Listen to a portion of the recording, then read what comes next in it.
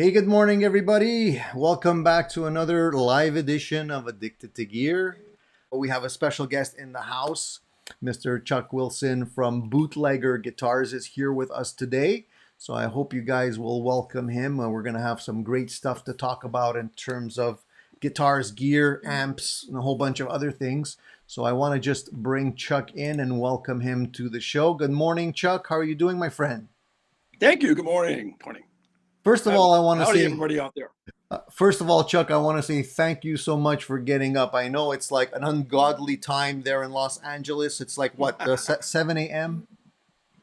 Oh, it's like 4 a.m. I think. What? No, 4. no, it's 7 a.m. I'm on a sorry. rainy beach in Los Angeles. I'm sorry about that, Chuck. I mean, the time wasn't very helpful, I know, but hopefully you've had your double shot of Red Bull or coffee or whatever it is you have in the morning, and you're ready A to. little got a little Irish coffee Oh, rocking to get me moving this morning. yeah, why not? Irish coffee is awesome. I should have fixed myself one too. Chuck, as I mentioned, is the man behind Bootlegger Guitars. And you guys probably have already seen my video a review on the Bootlegger, the Ville, which I have right over here. A great guitar, by the way. And Thank you. I'm really digging this guitar because I'm a big fan of the semi hollow body guitars. So I'm having a lot of fun playing this stuff. And I was having a conversation with Chuck and just trying to see what else he has in the pipeline in terms of guitars and amps and all that kind of stuff. And it sounds like you're up to a lot of interesting things there, Chuck. So maybe you want to just give us a little rundown. How did you actually get into this? Just also because you're what we call a boutique sort of shop where you're not, Mhm. you're not making millions of these guitars. You're just, having a smaller quantity go out there, but you're being very selective in terms of what you put together. So let us know how did you actually get into this stuff of building guitars? It's intriguing for me because it's like a dream job. I'd love to be able to do something similar. Yeah, don't wish for too many dreams; they might come true. Um, I owned a recording studio. Well, I'm a musician. I've been playing different blues bands around LA, and I opened a recording studio in my home in Hermosa Beach. And being a NAM member, I met a lot of really interesting, cool people, and I started selling some other guitar lines through the recording studio. And just kind of my nature, I started thinking it through and started wondering if I could do it myself. And started designing guitars and just threw some ideas out there. It was kind of a difficult birth. It it started talking to different builders and different people in the industry, and you got to shift through a lot of kind of BS to get to a point where you feel you're working with good people, and it's trial and error. And after years now, like 5 years of doing this, I've put together a solid team. Well, I gotta say, I mean, the guitar that I ended up with here, Yeah. the DeVille, is really I'd say a really unique guitar because it's kind of, if you look at it, and I mentioned this the other day, it's like the body is not really like it's its own thing, right? It's not really a 335. It's kind of like a Gibson shape, but not really a Yeah. 335 shape, but not really. Hmm. And maybe even a little bit of Gretsch thrown in there. I'm not really Yeah. sure. So Yeah. so so how did you come up Ah, with like the design for this guitar? Like, did you work on this by well, yourself? initially, I'm a big fan of vintage guitars. So having drooled at guitars as a young man at stores like Sears and different mom and pop guitar stores. I loved the early shapes and styles of guitars, which would now be considered vintage guitars. So maybe there's some of the shapes and styles of guitars that other companies have given up on that I took and adapted into what I thought would be interesting for players today. I have a team of engineers, and with my builder, Mr. Ken Kim Muse in Seoul, Korea. And together with my ideas, his input and engineering, we come up with guitars like the DeVille, which is very much its own guitar. But it probably comes from the fact I don't like logs or really heavy guitars. I don't like really thick, fat guitars, like the width of the guitar. So, sure, I always like the 339, the Gibson, the slimmer bodied style. So I guess I took some of the Gretsch bigger body looks and some of the Gibson thinner bodied styles and developed the semi hollow body called the DeVille. Awesome. So I think I developed it more for what I wanted than Yeah, what I thought may or may not sell. I think that's usually what creators usually do, right? They're trying to create something that they would ultimately like to see. Chuck, I don't know if you agree with me, but I find that some of the I find sometimes when the guitars go down in price, they tend to go up in weight.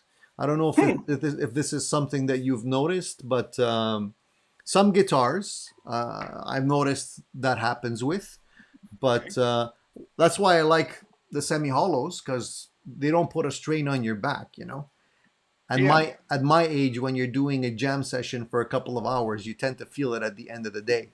So that's always a relief for me. I think I have you beat, buddy. Oh yeah? Yeah. So I age-wise, I think I have you beat. That doesn't mean maybe you're in better shape though. No, I don't like a heavy guitar. I actually have a Les Paul signed Les Paul that was given to me. Oh really? And it weighs a ton. It's like I don't, I can't play a heavy guitar during a blues set for 2 hours or 40 minutes, then a 10 whiskey break, then 45 minutes, whatever. Yeah, it's killer. Yeah. So yeah, I definitely, when I design guitars, I definitely consider the comfort aspect of playing it. And I don't understand why guitars get heavier. It doesn't. I know that earlier on, the philosophy of a heavy piece of wood created a certain tone or sound. But it seems to me pickups electronics have improved so much that I don't really know. I mean, my guitars to me sound wonderful and they're not logs. Exactly. So I think that theory, of what's got to be a piece of dried out hardwood, that weighs a ton, is not true today with our contemporary electronics. So I'm not the type of person that thinks, it has to be made of the high end woods. I mean, as long as it sounds good, I don't really care what it's made out of. As long as it's not going to be ringworm infested, like wood. Some of those exotic woods are beautiful, but some of them are. I look at them like, it's beautiful. It's like art. Yeah. Whether it plays better or sounds better or it's a better instrument doesn't necessarily ring true to me. Absolutely. I just want to show you guys this. It's not a machine gun. Although it looks like a case for a sniper rifle or something like that, it's not. You can see the logo here. I hope you can see it. So this is the case for the Bootlegger spade. And for those of you who are not aware of it, I'm going to show this to you because it's a really interesting guitar. And I want to talk about this for a bit because I haven't had the pleasure to play around with headless guitars much. So I want to basically show the guys what we have here. So in this little compact case is this little gem right here. And let me just try to get the case off my lap so I don't knock anything over. So guys, check this out. This is a really cool headless guitar. I don't know if you can see that there. I'm going to do a full review on this guitar, but I just wanted to give the people that are here a sneak peek on this because it's so unique. So it's not a Steinberger or Steenberger, however you pronounce it. This is actually a spade from Bootlegger. This is Chuck's masterpiece. And I've been playing this guitar now for a few days and I'm loving it. I never really thought that I needed a headless guitar, but now that I have one, this thing's awesome. It's like compact. You can throw it in the back of your car, no problem. You can use it to to practice practically wherever you go. If you're going to be going on a trip or anything like that, it's a great guitar to take with you because it's so small. Neck through body design, really cool. See the back of it here.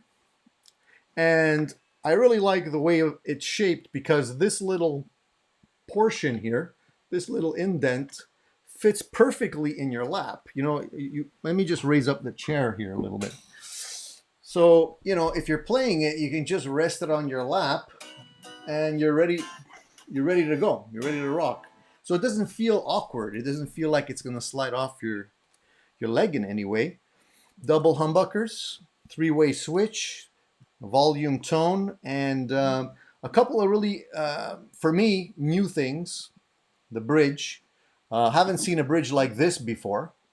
And obviously the other end of it is headless. You can see here you have the truss rod adjustment, and then you have this metal piece that goes just above the nut here that holds all the strings in place.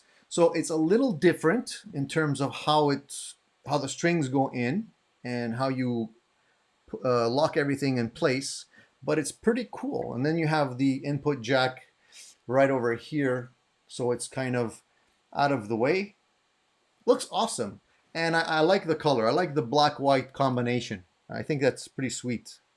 So I don't know, maybe you can tell us a little bit about this one, Chuck, because I'm really liking it. I mean, tell us how you came up. Its nickname is the bludgeon.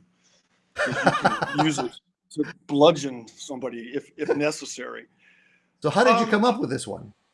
I am a creature of my history, I guess. I saw Johnny Winter kill a Hondo version of a laser headless guitar, and I just fell in love with it. The idea of something that's that compact yet full scale, and as you said, you can just take anywhere. It's really comfortable standing up. It balances well when you play live standing. Throw it in the airplane, don't worry about it. Can't really get hurt, and get it out and ready to play. So it's just like the hardware. That monorail bridge is something that we designed with my team, so we're very proud of that. It's unique that each individual tuner is its own self. We call the monorail bridge, and it's just it serves many purposes. People now call it a travel guitar, which wasn't the intent, but it's a perfect travel guitar. But ultimately, it's a professional guitar. It's not a. I mean, I don't like saying this, but I will. It's not a toy guitar designed to be a travel guitar. It's a pro gigging guitar that works well as a. If you need to have a guitar to travel with, it's a great guitar to travel with. Absolutely, but yeah. It was not its original intent. And we're coming out now with the new version with the trim on it. That'll be out in the next, hopefully, 60 days. And it's just been very successful. Once again, I designed something. I designed the hardware with my team, and we throw it out there, wondering what's going to happen. What's going to happen? And, yeah. So it's just been. I ship those around the world. It's very successful. So, first of all, the scale length here. This is a 22, right? A 24. Sorry, 24 fret guitar, right? Yeah, 24 fret. I believe it's a 25.5 scale. Full double octave. Full access. Double octave, yeah. The first time you pick it up, you wonder, is it a harmonica? What is it? Words, but there are toys out there considered travel guitars, and they're toys, in my opinion. Yeah. And then there's great headless guitars, and they can be very expensive. And our intent is to build guitars that are affordable, yet they're pro guitars. They're not. It's not a toy travel guitar. No. So when I get some guys that say, "Oh, like." Play live whatever band I'm in, and I'm playing that for the set. They're like, "Well, what are you playing a travel guitar for?" I'm not playing a travel guitar. Exactly. Yeah. Well, he says, I know what Chuck is trying to say there. There are indeed travel guitars that are top quality, and there are other guitars like the one in your hand that are pro headless axes. Yeah, so I guess there is a difference between the less expensive travel guitars and the higher end ones. I don't have that much experience with like travel guitars. I don't own one, so I couldn't really comment on the quality of them. But definitely this one, I mean, even Yeah, the I probably should say I didn't mean to be insulting to any travel guitar. That there are travel guitars that are made that I consider to be not a real instrument, but there are good companies that make travel guitars that are considered travel guitars without any question. But absolutely. I would just be careful just jumping into that fray of guitars called travel guitars, and you have to spend a certain amount of money to get an instrument that's worth it. Because going to NAM and all the different shows I go to, I see a lot of the new travel guitars, and in my opinion, they're not professional instruments. But you can spend thousands of dollars for an incredible guitar Oh, for that's sure. considered a travel guitar. Yeah, absolutely. One of the things I wanted to ask you about this guitar, because I'm new to these type of guitars, and especially the bridge was very intriguing because Mhm. the bridge. So just to show you guys how this works, I don't know if you can see it, but so the ball end of the string goes down here. I guess you would. I haven't tried changing the strings on this, so I have no clue how it actually works. But I think you somehow slide the string in from the end here. Is that correct? No, if you loosen the monorail tuner, Yeah. all the way, the little saddle will come out of the tube, Okay. and then So you could just pull the string out of the saddle. It's okay. on the other side of what you turn, So and so then so you I'll turn this and completely loosen it and pull and yes, slide this out. no, when you loosen it, a little saddle will I can't point and show you. I'm Yeah. trying to. Okay. Um, But Between the what you turn, like the nut, yeah. yeah, there'll be. If you look at the tube, kind of like a subway tube, you'll see a little saddle that pops out. Okay. If maybe you need to actually put some tension on the string, and it will Okay. pull the saddle out, Okay. and that's what the ball sits in. Yeah. And then you just remove the ball, Yeah. and then use an Allen screw or bolt. I mean, not screw, Key. bolt, now wrench Yeah. to loosen the string at the head, and then you reverse the process to replace the string. Okay. It uses single bowl strings. Okay, so here's one question for you that well Mhm. I'm just trying to figure it out here now.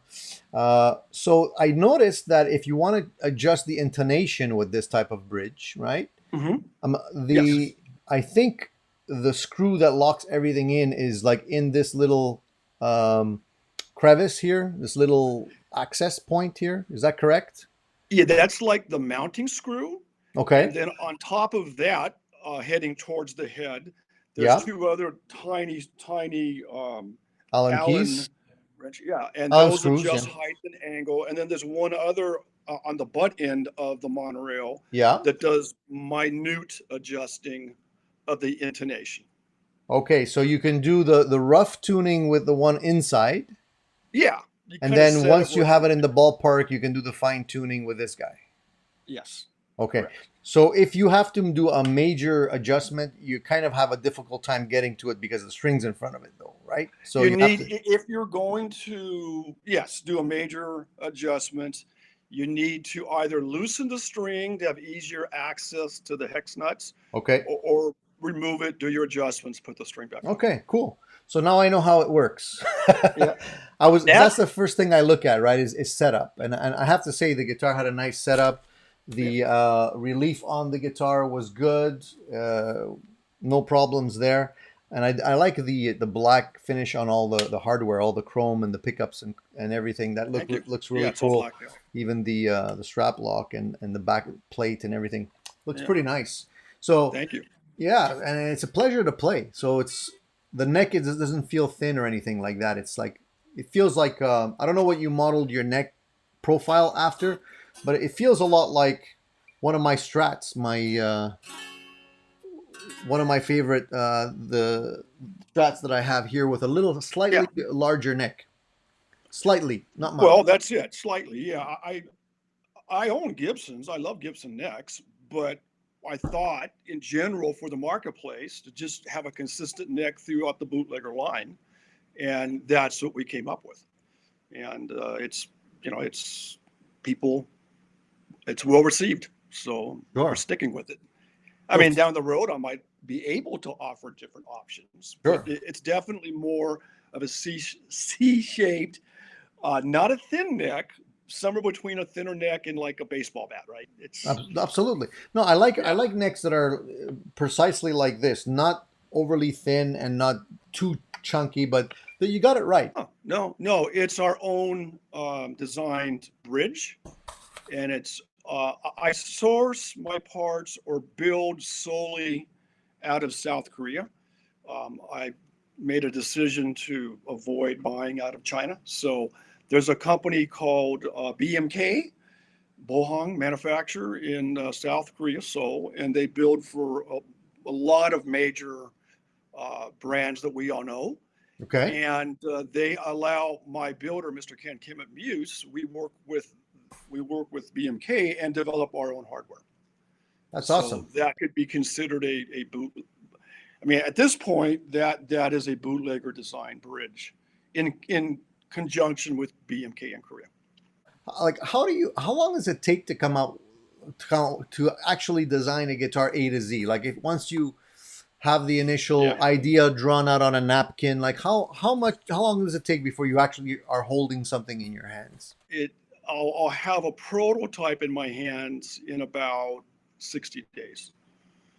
So the first prototype is fairly quick. That prototype gets played by a lot of pro musicians, a lot of my friends. It gets passed around. I get all the input, and then we take that input and look at going into production for the first 30 guitars, which is a small test run. Okay. And then at that point, once that test run is successful and complete, I get guitars turned around about 60. When I order my batches of 100 at a time, it probably takes me 60 days Well, that's to, relatively quick considering. yeah. Yeah. Well, once you have it kind of a template, once if you continue to make changes, Yeah. everything takes time. When you Right. get a recipe, then it can happen pretty quick. And, there's always form and function, Sure. and that's in cars as well as anything. Sure. Sure. So, Absolutely. I come up with, the maybe the crazy idea and a basic design, and then the engineers tell me how, you know, How it could the come. hell you're talking about. That doesn't work. We have to do it this way. Right. Right. Right. And that's where the late night phone calls from from Hermosa Beach to Korea, and Absolutely. but ultimately, it's an instrument, and the engineers are always right, and I'm always wrong because it has to be an instrument, right? It has to That's just work. the way it is.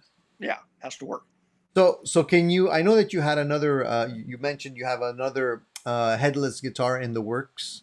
That Hmm. was going to be coming in 2020, 2021, I believe.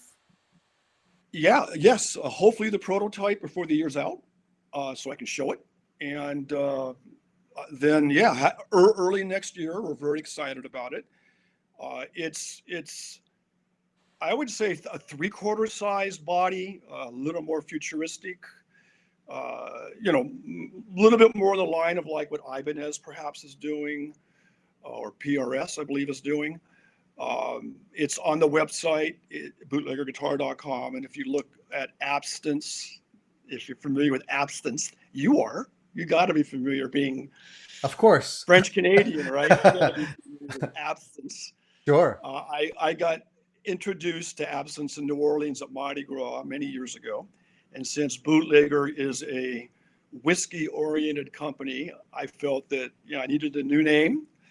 So the Green Fairy alcohol absinthe is the name of the new, uh, more of a, it's a bigger body, full three-quarter body style, very contemporary. I have four sons. Two of them are guitar players, and they both said, "Dad, you're getting more into metal." So all right, I'm getting more into metal then, because that design has already been my Mr. Kim and the engineers love it. So you know, it's happening. Well, I saw the sketch you have on your website. So if Yeah. anybody wants to check it out, Bootlegger Guitar singular.com. Yep. And you can go there and check out all the other models of guitars that Chuck offers, as well as the prototype sketch of the new Headless, which I gotta say does look pretty cool. I Thank think you. it's gonna be very sweet once you finalize that one. I'm gonna be Mhm. curious to see the colors and configurations that are gonna be offered on that one. But I think it's gonna be Yeah, very, we'll get you one. yeah, awesome. I'd love to be Yeah. able to see that.